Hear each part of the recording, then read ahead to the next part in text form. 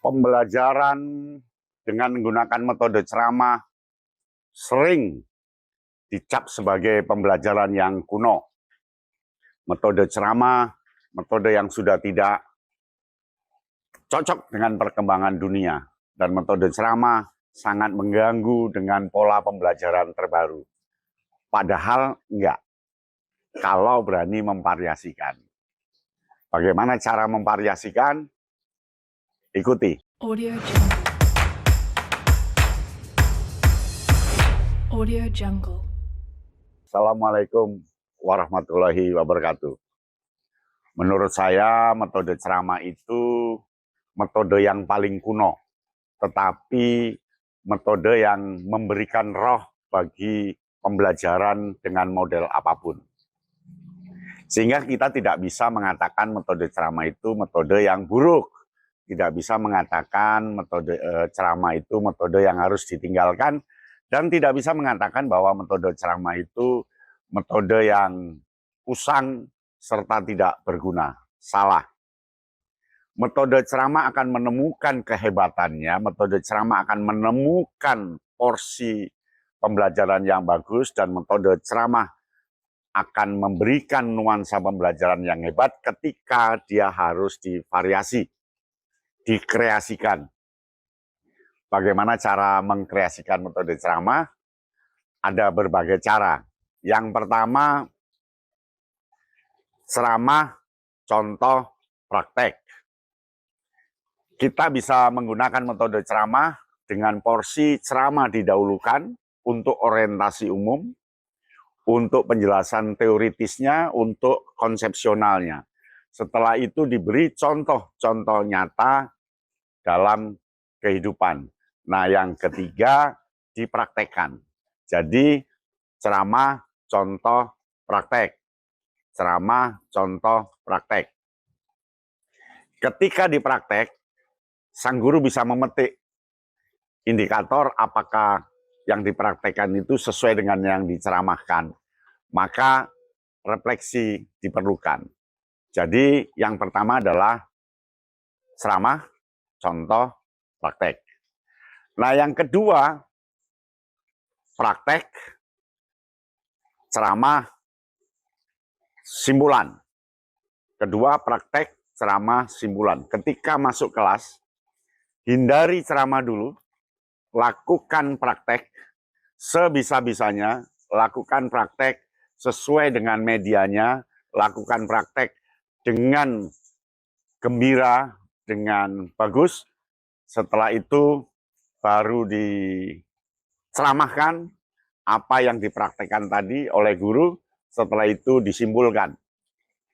Ini akan menjadi daya tarik karena anak pertama dia mempraktekkan sesuatu seperti yang akan diceramahkan, dan guru tinggal menceklis apa yang nanti diceramahkan dari praktek itu.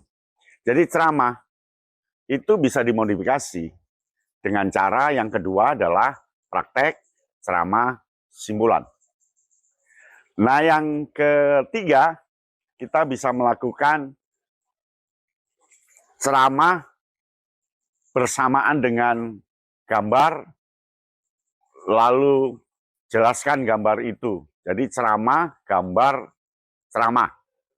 Jadi ceramahkan dulu, lalu beri gambar-gambarnya sesuai dengan apa yang diceramahkan, kemudian ceramahkan lagi. Ini variasi yang ketiga. Dan tentu pembelajar akan senang ketika dia diberi ceramah, lalu ada gambar-gambarnya. Gambar itu seperti contoh, gambar itu hal-hal yang lebih bersifat terapan, kemudian ceramahkan lagi. Nah, ceramah yang kedua sifatnya menguatkan. Nah, yang keempat, ceramah, film, ceramah. Sama dengan gambar tadi, tapi yang ini film. Jadi ceramahkan singkat,